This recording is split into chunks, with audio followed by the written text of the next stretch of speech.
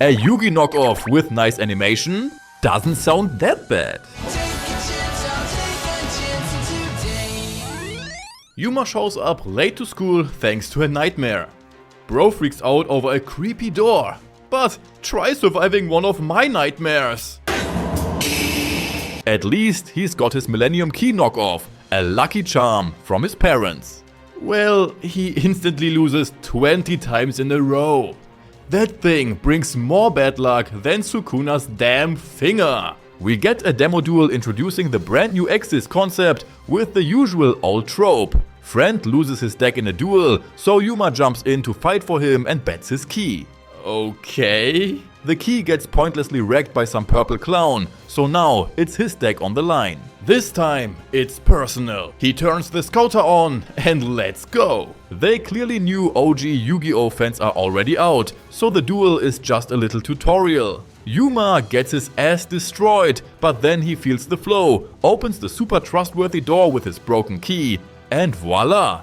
Magical backup arrives. Ghost Astral has no clue who the hell he even is. Memory loss are classic Yu-Gi-Oh issues. Just like that damn Axis monster, which can't be touched unless it's by another number monster.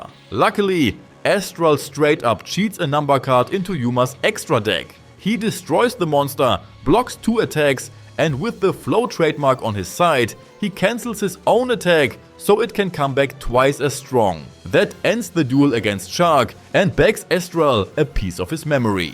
But he needs all 99 of those before the Alzheimer's therapy works. Hackerman shuts down the entire city, while Astral chills inside the key like it's a damn Airbnb. There's no school next morning, since there's a system error, so it's time to duel. Lost in turn 1. Without his blue glowing Google Assistant, this kid can't duel for shit. Meanwhile, Sis tracks the hacker down to the library. And guess what?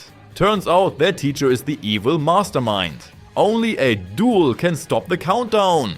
A duel in which, of course, Astral wants to be part of. After all, the enemy got a number card, which is instantly summoned.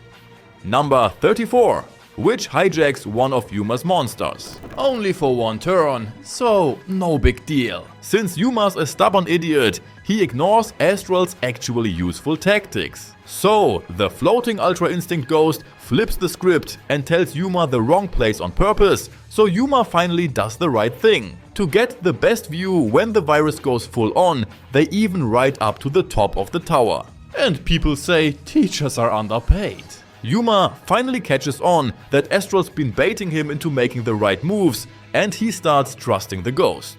They use a combo using both excess monsters to subtract the math teacher from existence. That earns them number 34 and the knowledge that Astral comes from Astral World. Also, the virus just lights up a museum and launches fireworks. The next opponent is already waiting. Flip, pretending to be all friendly while sliding Yuma and XCZ monster. His friends instantly smell bullshit and try to protect him. But there's no defense against the true enemy, the mail. Yuma still gets the card and some fake photos that drag him into deep shit. With no evil intentions at all, Flip offers a nice friendly duel. He acts like he's never even seen a card before, but tricks Yuma into playing the sketchy Axis card, setting him up with a trap to steal Utopia. That quick, could your ace monster turns into the enemy's ace. Good thing our budget Yugi still has other XCZ monsters like the Leviathan Dragon, who also decides to cheat on him. Flip's tragic backstory is that his so-called friends talked shit behind his back. Forget Obito's trauma! This is peak villain origin material! Honestly, I would flip out too. Yuma takes that allegedly useless Cat Axis monster and turns it into a game changer, bouncing all of Flip's trap cards back to his hand. His friends finally stand by his side again, and Flip turns into Flop. Yuma drops some genuine words on him, and so the Talk no Jutsu gets another poor soul right out of the Shadow Realm. Astral hopes he can learn more about himself by questioning a local TV superhero. Too bad, the guy's literally just a kid, being forced into the role 24/7 by his mom. Then toss in a dark number card, and suddenly this dude thinks he's the second coming of the great Saiyaman. Yuma ain't having that crap. Since Never mind, just let's duel. And instantly, number 83, who gets played as the villain and his mom. And of course, she's made indestructible. Also, she inflicts piercing damage, meaning Yuma takes a first kiss straight to his life points. Only Utopia can save him now. Or not. More strong monsters just keep flooding the field. Alright, then maybe Nelson's mom can help. Nope, he's so deep into the act, he thinks the Xyz monster is his real mother. Blinded, he merges his monsters into a 8000 attack points behemoth, which is nothing Yuma's trap cards can't handle. First, take the witch spell, lets the big boy run straight into nothing, and just like that, he's open to win the duel, even as he activates a trap card. Curse broken, card collected, and even mommy realizes what she's done. Yuma thinks about his mom. Happy end. Also in the series. Oh, and Astral remembers his birth. Catwoman tries to make Yuma her personal pet project. She's doing everything for him behind the scenes, but now she's targeting Tori since she's a little too close to her precious Yuma. So, of course, she kidnaps her, and inside her damn castle, it's time to duel.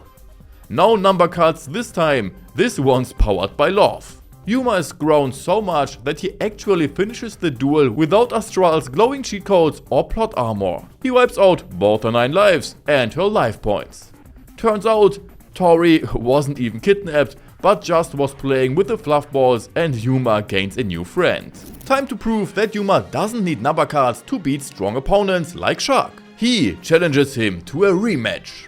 Only Shark's ditched dueling ever since he lost and joined the gang. Guess it's time to remind him of the flow with the OG card backs.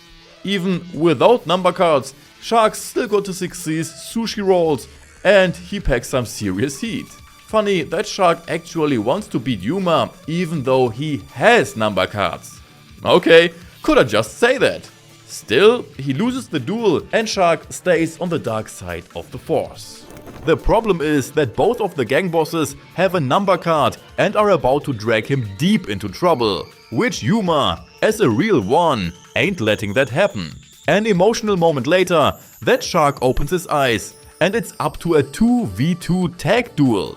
While Yuma's never dueled in a team before, the two bosses play like they've been tagging since the G-Axis era. They start dropping monsters just to summon even bigger ones. Number 61, which backed both of them into a corner. Utopia tries to shine and immediately gets put on ice. At least, Yuma sacrifices some life points and Utopia's effect just to keep Shark in the game. Meanwhile, the gang bosses are playing dirty, using rigged cards to summon their second number monster. Then they bust out psychological warfare, trying to mess with Shark's traumatic past. Too bad, Yuma counters with his trusty Talk no Jutsu, Team Spirit hits over 9000, and the first boss gets KO'd.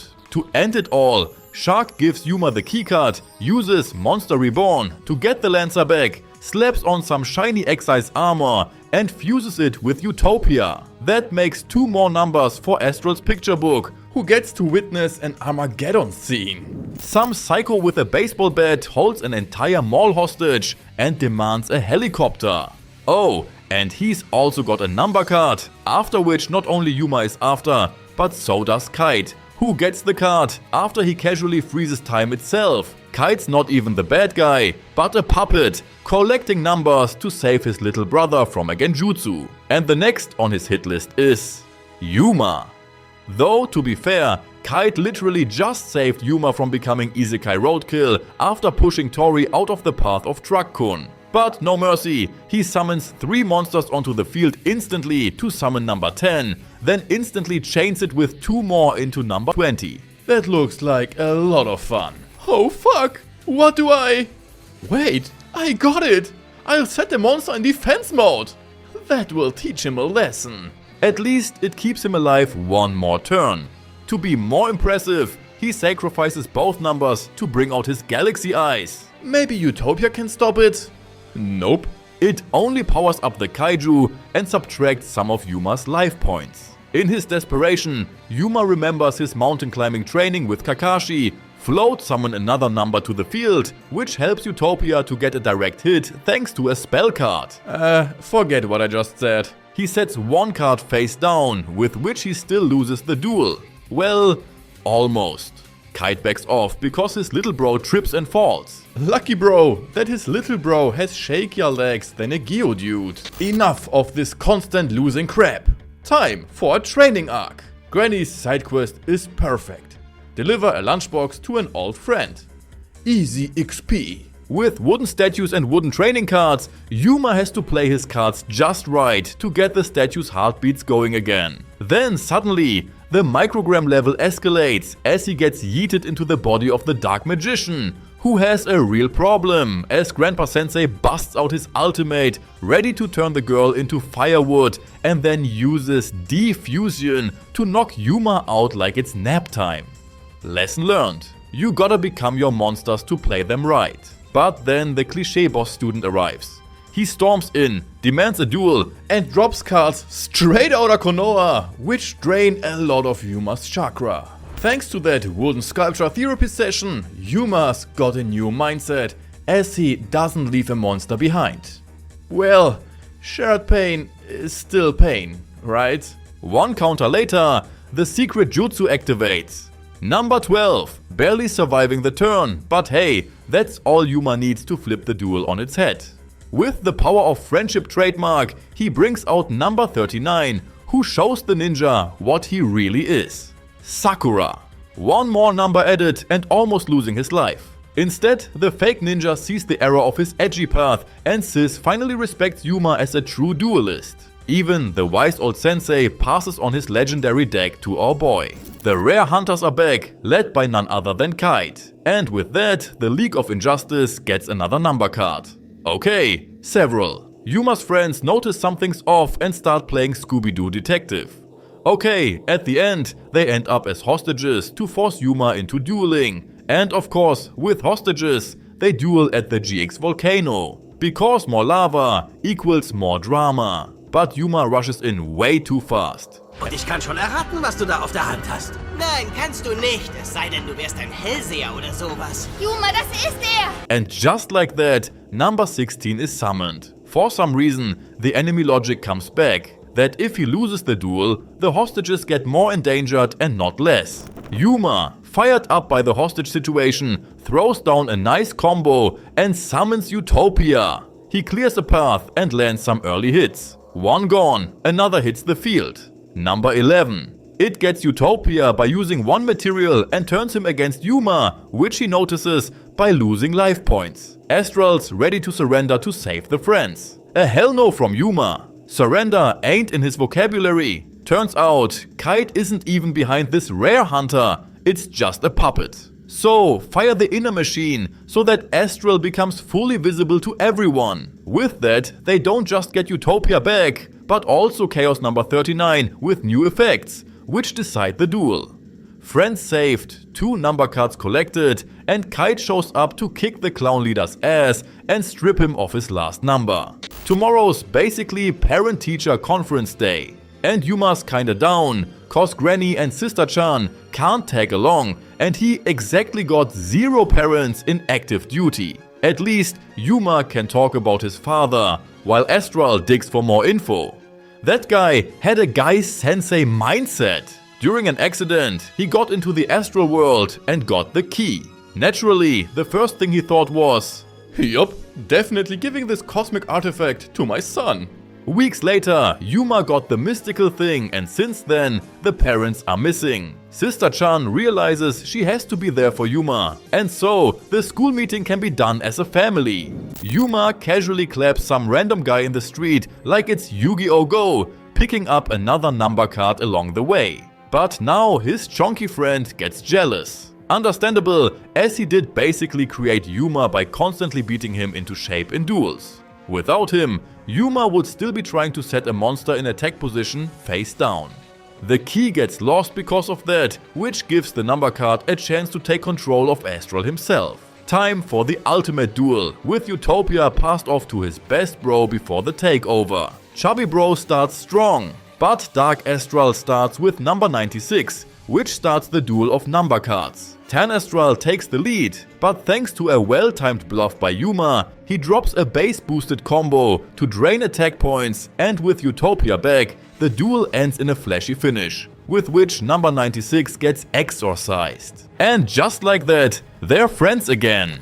During a jewel heist, the thief leaves behind a robot. A robot with good dueling skills, which Yuma gets a taste of the high-end AI tech. After another heist, Robo-Bro gets challenged to a rematch to literally rewire his circuits. Thanks to an old card triggering a full-on emotional short circuit and one well-earned loss. Mission complete. The thieves get arrested and Granny turns the duel bot back into a vacuum cleaner. Kite's hot on Yuma's heels. They're after his pendant and Mr. Robotico here would legit kill for it. Thankfully, Shark's got enough agility not to take piercing damage.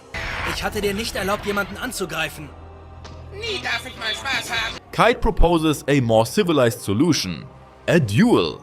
Shark jumps on that, takes control of Kite's first excise monster immediately, which was, of course, exactly what Kite wanted. Because that monster is like a lava golem, not a real help for Shark, more like his downfall, until he's completely finished. And now, he also lost Yuma's damn key. Apparently, that's something you can bet.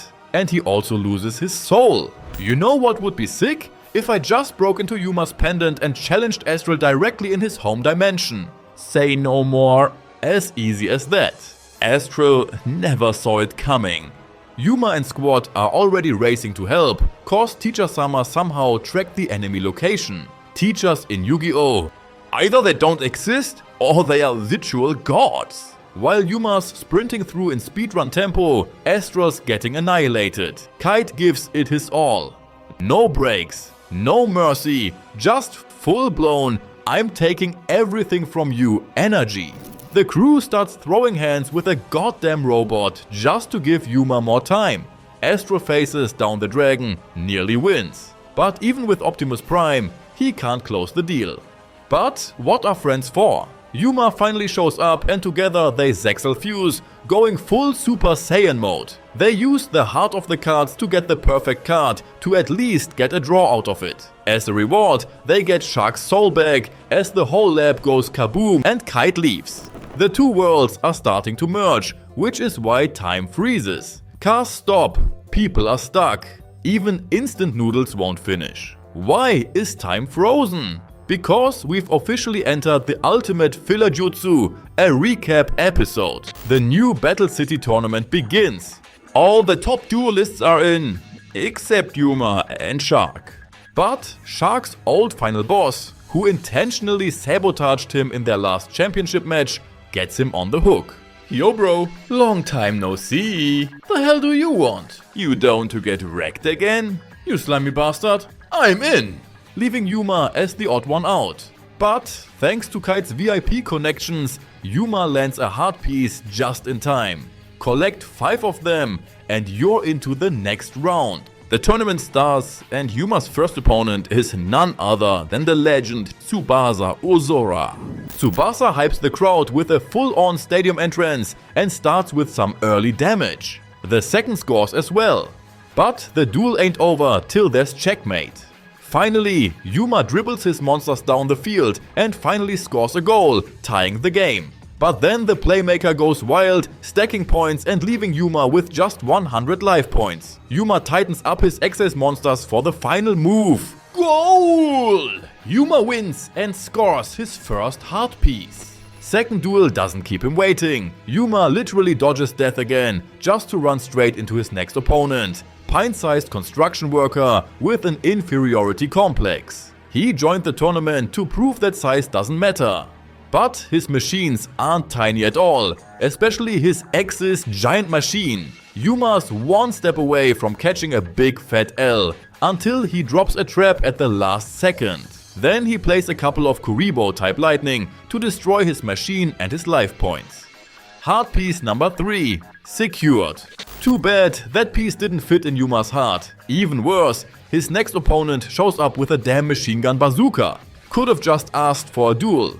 Turns out she's just a little pissed, because she was in love with Yuma. The love train makes the first hit. Then she summons Super Dreadnought Thomas the Tank Engine, which is exactly as painful as it sounds. Yuma uses his new Axis buddy for the final move. He counters her giant steel bug to secure the victory. No heart piece this time.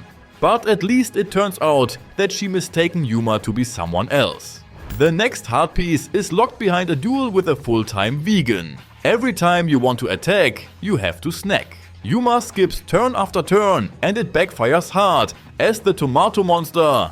Oh, come on. This can't be real right now. Eventually, a carrot-tomato hybrid later, which he actually likes, he drops the right beat and slaps that walking Whole Foods. Sad goodbye to vegan bro. But hey, the heart piece is his.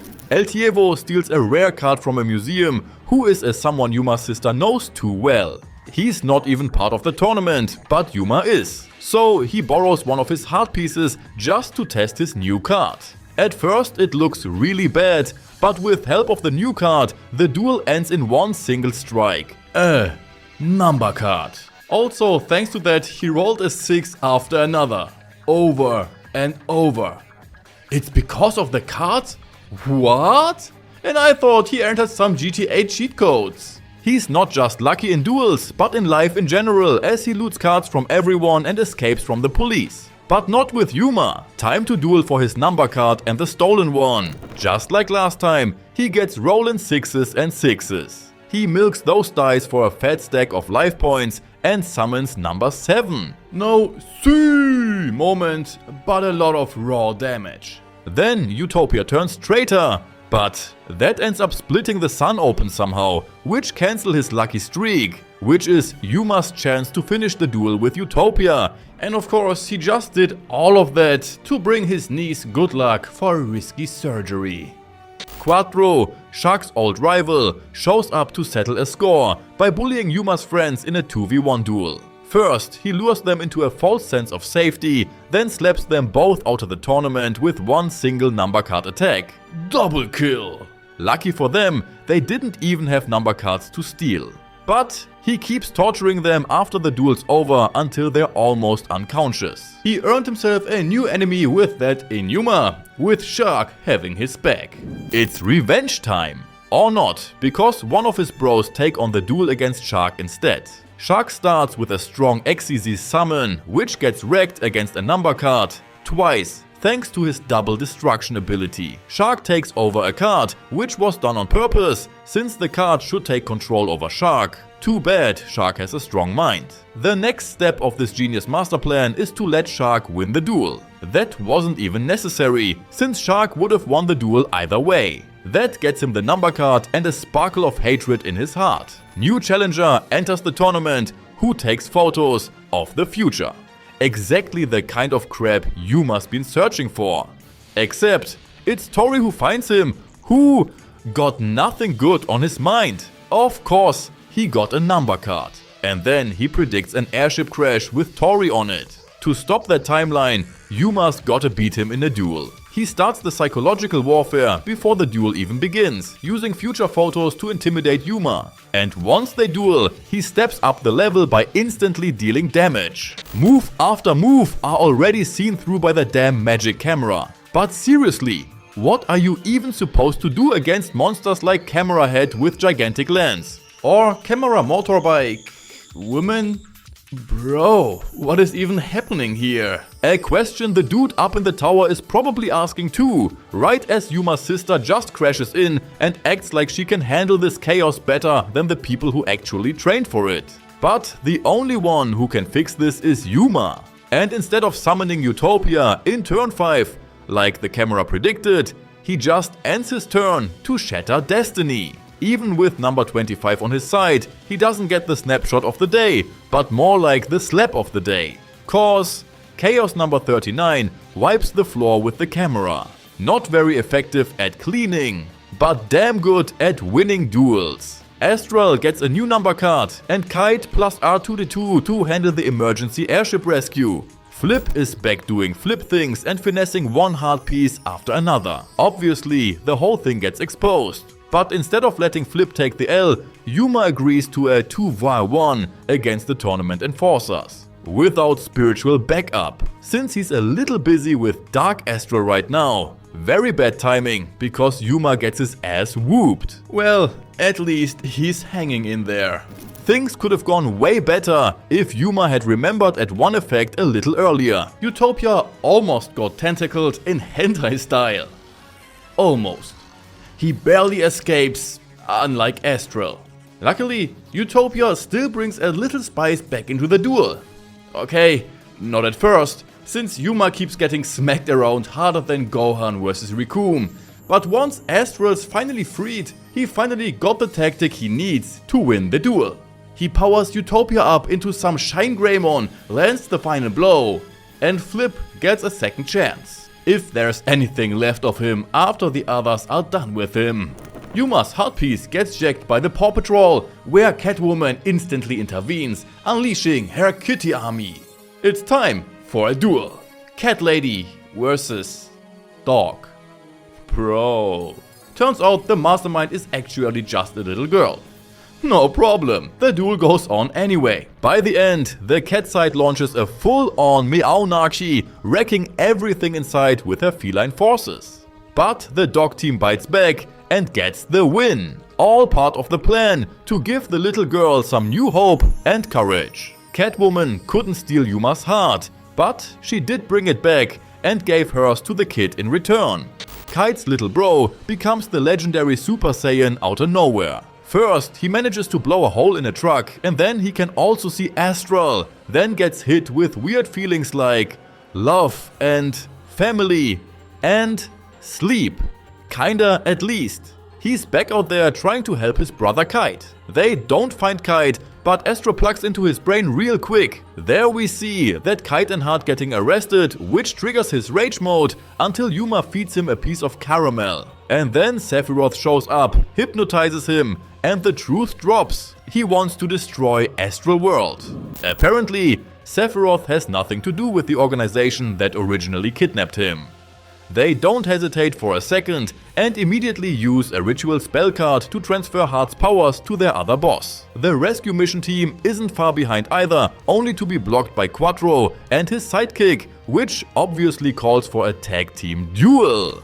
The duel begins. Kite goes full tunnel vision and starts blasting without holding back, even taking Yuma's life points as long as he can damage the enemy too. The first number card hits the field, which is so massive, it probably has its own zip code. A catapult turtle would knock that thing down in seconds, of course. Yuma responds with Utopia. And just like that, the enemy drops their second number card from the deck. Okay, 2v1 would be unfair, so now it's 2v0, because Utopia gets snagged.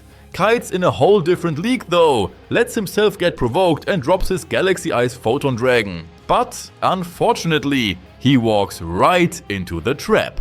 Machine Gun Adventure mode gets stopped just in time, thanks to Yuma jumping in. To convince Kite about the power of friendship, Yuma busts out his Case Axis evolution and wipes Doflamingo off the board. But the moment he's gone, Quattro pulls up with his second number card, which gets Kite. Okay, Yuma saves him again. To turn the duel around, they activate some brotherly Super Saiyan God energy, with which he gets his Neo Galaxy Eyes, ending the duel.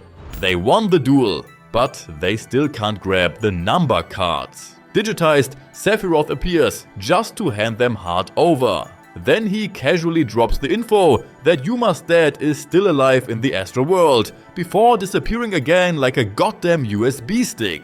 Yuma's ready to rush off, but Master Sensei tries to calm him down with a duel-shaped reality check. Not a bad idea, because the next big boss is starting to control his destructive, over-the-top powers. So, better reshuffle the deck before the next wave of enemies gets shredded. New enemies enter the stage, including the former tournament organizers who now want to duel too. First, it's time to smack some randoms, and then flex real power by putting our superhero homie back in his place. Against the Legion of Spartans, it's not time for snacks and chill. He doesn't go down easy though, even summons Optimus Prime onto the field, but then Excalibur shows up too, that old one-hit wonder, and gets his moment to shine. Duelists are getting scarce, and Yuma still needs one more heart piece to squeeze out of somebody. But first, he has to fish an old friend out of the darkness. Time to duel Shark back to his senses. Easy, right? Except it looks rough as hell. Yuma even throws parts of the duel on purpose just to soak up Shark's hatred. Classic patented talk no jutsu to crack open his brain and let some light in. The match doesn't really end, but hey, character development unlocked. Still, the final heart piece is missing, while the enemy is already sniffing around Yuma's room. Cool. Guess that's one more guest for dinner then. A foe who actually admires how Yuma duels and realizes how far his family has strayed from the path. And since Yuma's standing in the way, he has to be removed too. So the hate can be broken and they can finally become a normal family again. Which means a duel is inevitable. Also, it's Yuma's last shot at getting that final heart piece. Add a hate buff on top and this duel's gonna be extra hard. First turn, we get the Walking Fortress. All that rage makes him not just dangerous, but also a little predictable. Then he gets a gladiator cosplay and sends Yuma straight into depression depths, where even Sasuke would look cheerful. Flow hits -100, Astral's nowhere to be felt, and Yuma straight up loses the will to duel. But just as the enemy goes full Madara and tries to end the duel with a goddamn meteor, Yuma remembers who the hell he is thanks to Astral and can block the cosmic catastrophe. To avoid more trouble, Astral gets vaporized and Yuma's friends get muted. Only thing that can help now is the super cannon from Yuma's dad himself, blasting through to help him regain his mind and bring the flow back on track. Astral getting nuked into a desert coffin leaves Yuma a bit depressed though.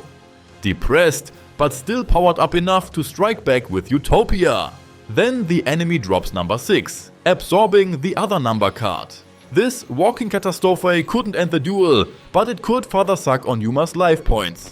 But since Utopia's still standing and motivation is high, Yuma summons Chaos Utopia, which at first does shit. The cursed mark starts overtaking the noble knight, and even though the enemy tries to end the duel with a dangerous card, he still fails. Because next turn, they'd all literally vanish and die, unless Yuma ends it first.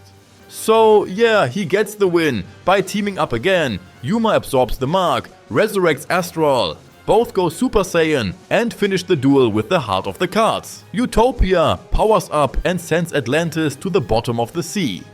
Duel won, world saved. But Trey? Well, he's fine too. Yuma makes it to the finals, while Trey drifts into eternal sleep.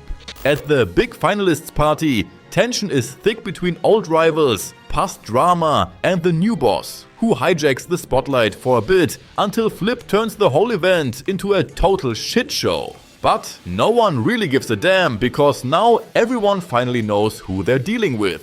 And just like that, the finals begin, with matchups dueling against each other mid-roller coaster ride, so the loser doesn't feel too bad while getting destroyed. As usual, Yuma forgets his heart piece, but Bestie Prime delivers it in time, and so he's in as well. While the first finalists are already getting booted, others only have to deal with one opponent, and Yuma of course gets the pleasure of fighting 3 at once, all hired by Two-Face. These guys can destroy Yuma's monsters just to attack directly right after. But backup arrives in the form of his old crush, who saves his ass. Now it's 3v2 and things look more balanced, but still not enough to get a win. Only with even more support and added confusion over how the hell the rules even work, the bounty hunter trio finally gets wiped through pure teamwork, even though one of them had to sacrifice herself just to protect Yuma. After the kitty carousel, every duelist heads to their own zone to continue the madness. But 3 of them get sent home before even getting there. Yuma repays an old debt and saves the one who once saved him. 3 others get destroyed by Two-Face, and we even get some friendly fire just to make sure Kite doesn't interfere with the next match. Finally, back to normal duels. This gives Two-Face a chance to go up against Enforcer number 2, showing off a combo that's supposedly impossible to counter. But since he's the new final boss, obviously he finds a way out, using a graveyard XYZ summon to smack her out of the tournament and crush her dream of continuing Kite's work in the name of love. As if that wasn't bad enough, he taps into her memories too, which don't stand a chance against pure love. I mean, sure, she still loses, but at least she went down swinging. Meanwhile, Kite's busy dealing with Sephiroth, who instantly uses his number card. A card that not only blocks attacks, but launches its own as well. Yuma shows up just in time for some juicy exposition. Dr. Faker, Kite's father, opened the portal using a dark ritual that sacrificed both Sephiroth's dad and Yuma's dad. But Sephiroth's old man apparently learned to travel between dimensions and came back a little off. Whatever, the duel continues, and now that number card finally shows what it's really capable of. Things get extra rough for Kite, since Sephiroth used to be his mentor, meaning he knows every single standard move. Traps? Countered. Offense? Also countered. On top of that, Sephiroth wants Kite to suffer. You know, as Dr. Faker's son. Still, Kite taps into that brotherly energy, summons his Neo Galaxy Eyes, and somehow manages to shut down that massive beast and win the duel. So not only does he grab another number card, but brother number 2 also gets put to sleep. Brother number 3 is already up and facing Shark in his match. Shark should be sweating thanks to the field power bonus, but Mako Tsunami's grandson shrugs it off and throws his own number card onto the field. Turns out, this third son, just like his cards, is just another puppet of Papa Two-Face. Instead of changing sides, he wants to prove he's worthy, that he should be the one Mini Two-Face sends to fight Dr. Faker. And yeah, once he gets going, he can definitely throw hands. To raise the stakes even more, he drops his trump card. Number 88. All Shark has left now is letting his own number consume him, gaining more power in the process. That gets him across the finish line, ending the duel with his very own Chaos Access evolution that low-key looks like Stardust Dragon's long-lost cousin. Brother number 3 gets knocked out. And turns out, he didn't even want to hurt Shark's sister. It was all part of Mini Two-Face's plan. But first, they're still missing one last quarter-final match. Yuma versus Nistro, and for some reason they're forced to do it on a roller coaster. On top of that, Yuma starts the duel with just 100 life points. But that would be too lame. So Nistro just resets him back to 4000. Rockfall reducing some of both sides' points away, but I think that the Samurai card is way more dangerous. Time to get serious and bring the final showdown back to the ground. First, clear the board to get the ace monsters duke it out one-on-one. Yuma uses Utopia to get the win and moves on to the next round. On top of that, he gets Excalibur out of pure respect. While Yuma goes back to retrieve his deck from the arena, Shark tries to settle things with Mini Two-Face off the record, which kind of backfires. Meanwhile, Yuma's little deck fetching trip turns into a rescue mission for Heart. Kid's in deep sleep, but one single tear lets him talk for just a moment. He asks Yuma to save his brother Kite. Got it! Then Dr. Faker shows up and casually reveals his master plan. He wants to destroy the Astral world for the Barian in exchange for some fancy ass powers. And that's it.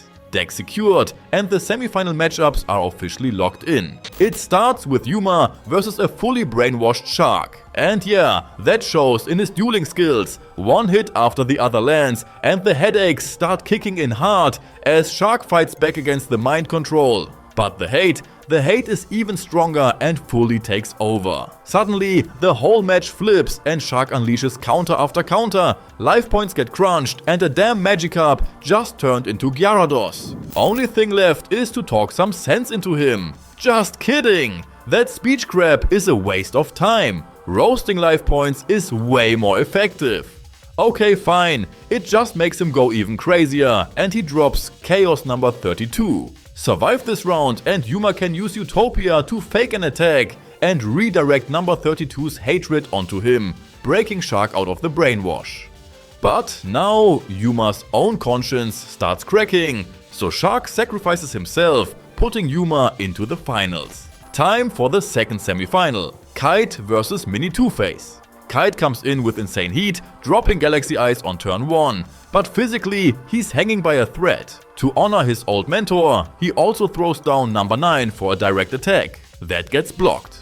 Then come the cheap mind games with a fake hologram of his little brother. Through number 8, the Death Star explodes and takes a lot of his life points with it. From now on, it's Shadow Realm rules, where every point of damage causes actual pain. And the worst part, all damage dealt to Mini Two-Face gets transferred directly to Heart. To save Heart, Yuma flies over, gets inside him. Okay, don't take that the wrong way. And wrecks Two-Face from the inside to sever the link.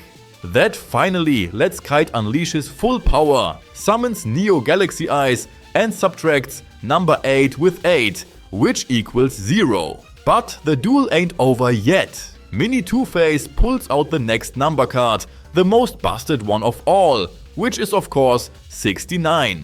Nice. He taps into Galaxy Eyes, steals its effects and smashes Kite out of the tournament. At least little bro blocks one unnecessary finishing blow. Cute. His soul and his number cards are gone anyway. Now it's all on Yuma. The final duel takes place inside a sphere that absorbs number card energy. Something we definitely won't run short on here. Even the Ixis summons are simplified, so naturally we get a full-blown number card massacre. One monster hits the field just to be sent home by another, which triggers 3 more to show up in a single turn. And somehow he survives. Yuma answers right back and drops 3 number cards in one go as well. With those, he manages to sweep the opponent's field clean. But the emptiness doesn't last long, since number 69 comes flying back in and Two-Face finally shows his second face. That just hypes him up even more to slam hard with number 69. A monster you can only beat in Super Saiyan mode. Chaos number 39 gets summoned, and thanks to a spell card, it doesn't get drained but powered up instead. And oh, number 69 has another effect, which barely gets blocked in time, just like the destruction of Chaos Utopia. Another block destruction, holding to the duel with only 50 life points left. But first, gotta smash some rice balls real quick to charge up for the final move. Chaos Utopia powers up again, just to have the next attack stop too. But the duel isn't over until the turn ends. Literally. And the turn isn't over yet. Yuma enters full Power Ranger mode, brings out a Zexal Axis monster, equips it to Chaos Utopia, and faces off against the true final form of number 69, finishing the duel with 10/24 senses, Phoenix Zorro style.